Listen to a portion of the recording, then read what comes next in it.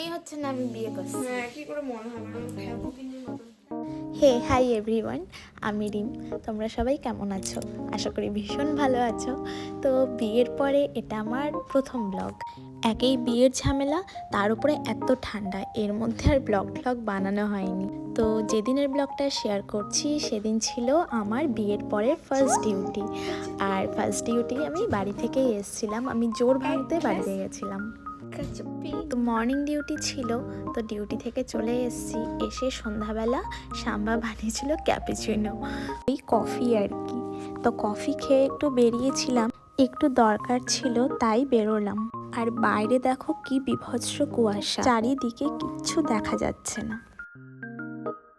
তো আমরা চলে গেছিলাম আমাদের রেজিস্ট্রির যে অ্যাপ্লাই করা হয়েছিল, তো সেটাতে অ্যাপ্লাই করার সময় দুটো সিগনেচার লাগে।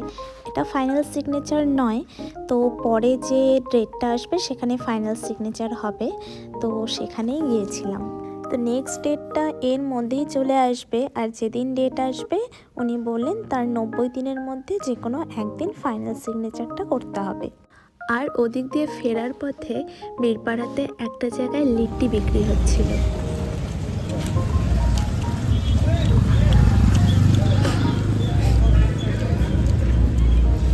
তো এই ঠান্ডার মধ্যে গরম কয়লার ওপরে লিট্টিটা দেখে আর লোভ সামলাতে পারিনি, তো ঢুকে গেছি খাওয়ার জন্যে। আর অনেস্টলি বলছি, লিট্টিটা এত টেস্টি, যদি তোমরা কেউ বীরপাড়ার এদিকে থাকো তাহলে অবশ্যই এই লিট্টিটা না খেয়ে থাকলে খেয়ে দেখো। তো লিট্টি খেয়ে ঠান্ডায় কাঁপতে কাঁপতে আবার বাড়ি চলে এসেছি এই গরমে, তাই হিটারের সামনে বসে পড়েছি। বাড়িতে আবার সেদিন পিঠেপুলির আয়োজন ছিল জামাইদের জন্য, মানে সেরকম পিঠেপুলি না, ওই চষি হবে আর ওই চন্দ্রপুলি হবে। কে জানি বলছিল আমি পিঠা খাই না, আমি পিঠা খাই না। টেস্টি।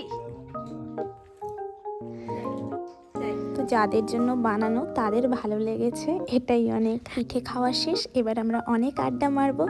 আর আজকের ব্লগটা এখানেই শেষ করছি। আসছি আমার নতুন ব্লগ নিয়ে খুব তাড়াতাড়ি। Bye bye.